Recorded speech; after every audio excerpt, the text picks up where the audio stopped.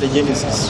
The genesis starts from the Finance Bill 2025-2026. I have a copy here where I've circled it. The Finance Bill gave all the glass processors in Kenya exempt on excise duty. What was remaining was the Parliament to pass an act so that they can be exempt. And Parliament did pass that act. Now the CS for Trade, Lee Kinyanjui, has refused to give the letter to KRA to give these glass processors the right to enjoy what the Finance Bill passed and also what the Act of Parliament passed. Why is he not doing that? These people had imported glass in anticipation that they'll enjoy that duty. So their goods are suffering in the port from leverages. So they came to court in a petition which we have here, and the petition agreed with them, the judge ordered, using this court ruling, that they should be given that exempt, and also secondly, that they should be allowed to take their goods from the port with an insurance, so that when the CS passes that order, they can go. So the question is, why do you think the CS Treasury, CS Trade has refused to give this? We have done research. I went and obtained a sales contract from KRA Ceramics Tanzania. It's a Chinese company in Tanzania. That Chinese company is a sister company to Transport Ceramics in Kenya, which is owned by the President William Ruto. So all Kenyan processors, glass processors, are being forced to import glass from one single supplier in Tanzania.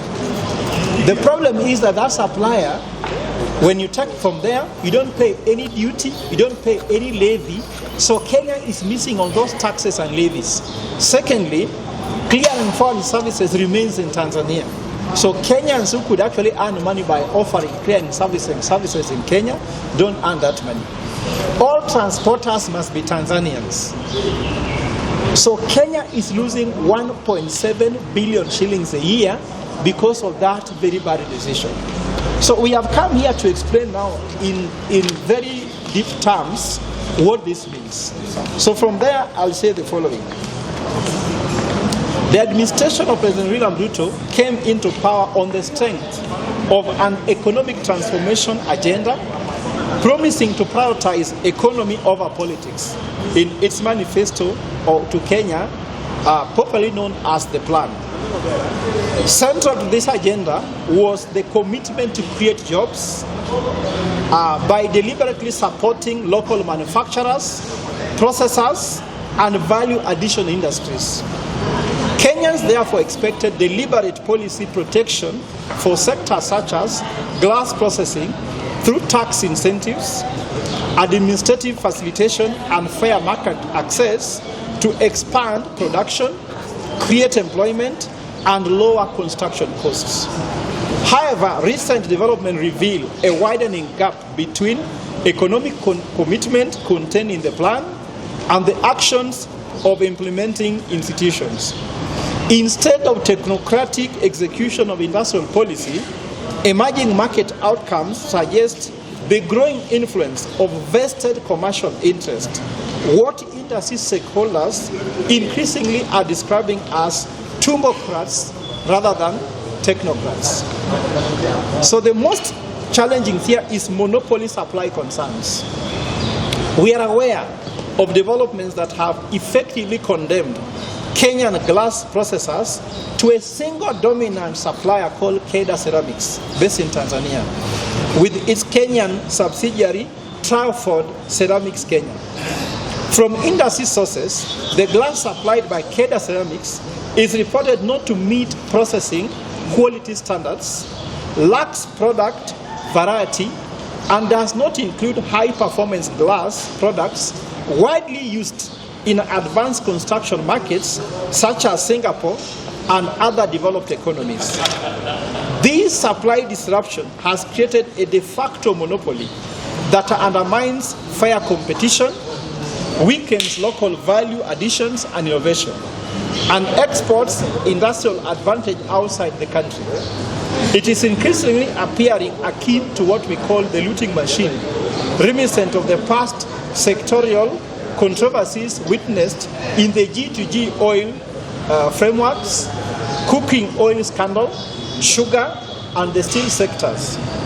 Now it is seemingly very clear in the glass manufacturing industry. Commercial documents obtained from KRA Ceramics, including the invoice I showed you earlier, dated 29th January 2026, indicates that Kenyan processors are being compelled to purchase glass at US $4.28 per square meter, while comparable glass sourced directly from China is an average of $2 per square meter. This price disparity has significantly increased production costs and eroded Kenya's export competitiveness. What are the fiscal and economic losses Kenyans are going to suffer? We demand clarity on the fiscal logic underpinning this supply arrangement of one single supplier, because by constraining direct imports and local processing incentives, the government risks losing critical revenue streams including import duty, railway levy, and port handling revenues. Further clearing, forwarding, and transport services tied to this supply chain are largely executed outside Kenya, particularly through Tanzanian logistics channels, leading to capital flight and loss of local enterprise participation. Industry estimates indicate Kenya could be incurring direct and indirect losses of approximately 1.7 billion across taxes, levies, clearing, forwarding, transport services annually. So the government must publicly explain the following. What is the policy rationale behind this arrangement? 2, the beneficiaries of this kind of structure. 3, safeguards protecting Kenyan industry and public revenue. And 4, employment impact. The glass manufacturing and processing industry is a critical employer within Kenya's industrial ecosystem. Currently, industrial data indicates sectors supports 1,253 direct jobs with the glass manufacturing and processing plants. It also supports over 23,000 indirect jobs that constrains raw material excess, inflates input costs, or distorts supply chains, therefore places tens of thousands of Kenyans' livelihood at very big risk. Why does this matter to Kenya? This crisis is not an isolated industry dispute. It directly affects the daily lives and economic well-being of ordinary Kenyans. First, through rising cost and construction of housing materials. Artificially inflating glass prices increases building costs, which are passed to tenants and homeowners and businesses, worsening housing affordability. Hence, this affects the fact that only 10% of Kenyans are homeowners, leaving 90% of Kenyans to be only renters. The second one is job losses at factory slowdowns. Processors facing these high input costs are now scaling down on their operations, threatening thousands of livelihoods through job losses. Thirdly, is on higher cost of living. Increased construction and commercial space cost ultimately raises prices of goods and services. The fourth one is loss of the Kenyan revenue. At least 1.7 billion direct taxes and logistics income is being exported outside Kenya. The seventh and the last one is industrial decline and import dependence. Weakening local manufacturing capacity undermines Kenya's industrialization agenda and economic sovereignty. What are the legal and policy contexts here? Parliament enacted Section 46 of the Finance Act 2025, granting excise duty exemption on float glasses, HS code of 7005, which are used for processing. That is for promote local manufacturing was the main reason, to reduce construction costs, support value addition, and protect Kenyan jobs. But despite the law being forced, implementation has been frustrated by administrative failure. The Ministry of Trade, Industry and Investment has delayed approvals, while the Kenya Revenue Authority continues to enforce excise duty on exempt cargo, leading to port delays, demurrage costs, and selective approval concerns. Judicial intervention has already been sought, and with the copy I gave you, the High Court has directed the Ministry to respond and allow release of cargo under bank guarantee. What is the political accountability and responsibility we are seeking from the government of Kenya Kwanza? Because this statement issued by Liberal Democratic Party, we caution President William Ruto that a second term cannot be presumed when the first term is increasingly perceived by the economically distressed Kenyans that it has not been delivered and has been under-delivered. For workers losing jobs, economic pain is immediate. Not a 2027 campaign issue is urgent.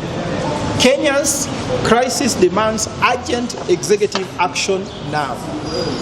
Leadership must be measured not by political survival, but by protection of jobs, industries, and livelihoods. We end by telling you what is our call. We call for immediate action on the following. 1, we call for full immediate implementation of the Finance Act 2025. Second, we call for an end to selective approvals and administrative bottlenecks in importation of glass. Third, we call for restoration of fair competition in the glass supply industry. Fourth, we call for protection of the 1,253 direct jobs and 23,000 indirect jobs in Kenya. Fifth, we call for full public disclosure on the estimated 1.7 billion fiscal exposure. Who is this individual pocketing the 1.7 billion shillings at the expense of the whole country and the industry? And lastly, to conclude, we call for Kenya's industrial future, the rule of law, and the cost of living, which depends on transparent law and executive conformity. Thank you, God bless you, and God bless Kenya. The judge, what is happening is contempt of court. The judge has already given the, what's called conservatory orders. Yes. They have been given their orders to get their goods removed from the court. But what is remaining is contempt of court by Minister for Trade. And we know very well that they are making money as individuals and they don't care about the industry and they don't care about Kenya. And that's why I say that how can you single source a supplier for a whole industry? We have 8 glass processors in Kenya. I don't want to mention their names because their names must be protected. That's why they have gone through us. We are representing the industry here. And we are calling upon the civil society, we are calling upon the corporate Kenya, we are calling upon the religious organizations to also put this pressure, because if they don't continue, we are going to call for industrial action.